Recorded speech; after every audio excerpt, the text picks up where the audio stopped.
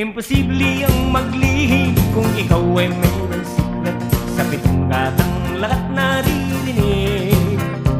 Kung ibig mong mabuhay ng tahimik na tahimik, magpatay-patayang ka bawat saglit.